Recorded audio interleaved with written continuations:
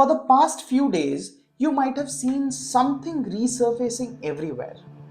Headlines, social media threads, news debates, the Epstein Files, old cases being discussed, courts document unsealed, and a story many thought was over suddenly returning to the spotlight.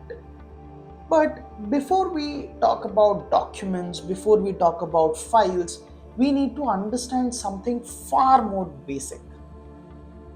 For years, one question had failed to disappear. How did one man with no visible business, with no famous company, and with no clear source of income gain access to presidents, princes, billionaires, and intelligence agencies? And why, even after his death, courts are still unsealing documents linked to his name? This is not just a story of one man. This is a story of power, protection, and a system that had failed spectacularly. This is the Epstein Files, and we are going to discuss it in this episode of Dev This Side.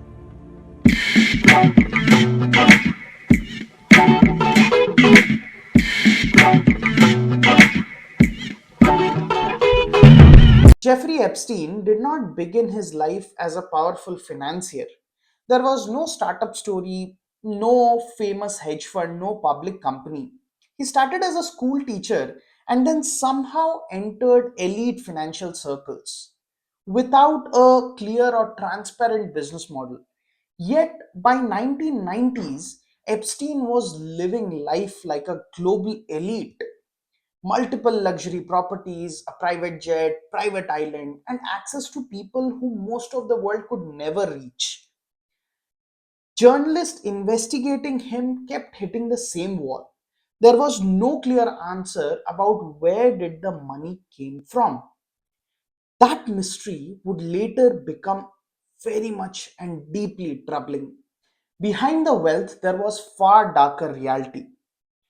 Epstein was accused of running a long term abuse operation, targeting underage girls, grooming them, and then using his wealth and influence to silence any kind of consequences. In 2008, he was arrested, but instead of facing serious punishment, he was offered a plea deal so lenient that it shocked the legal experts. Minimal jail time, work release privileges, and immunity clauses that protected unnamed individuals. This wasn't just a legal failure, this was a total institutional collapse. And this is where the Epstein story connects to something bigger. If you have watched my videos on Pandora Papers or Panama Papers, you already know this pattern. The powerful don't just hide money, they hide relationships, they hide networks, they hide accountability.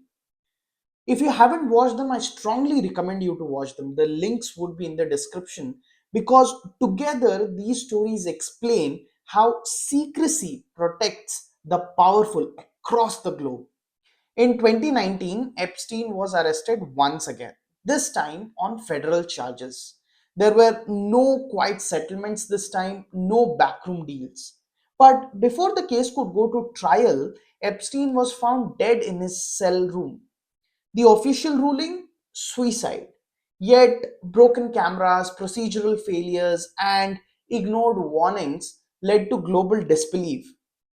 Epstein's death closed the criminal case, but it opened something far more dangerous. After Epstein's death, victims pursued civil lawsuits. As a part of these cases, the US courts ordered thousands of pages of documents to be sealed. These contained testimonies, email, contact lists, and depositions. Now, over time, courts ordered many of these documents to be unsealed.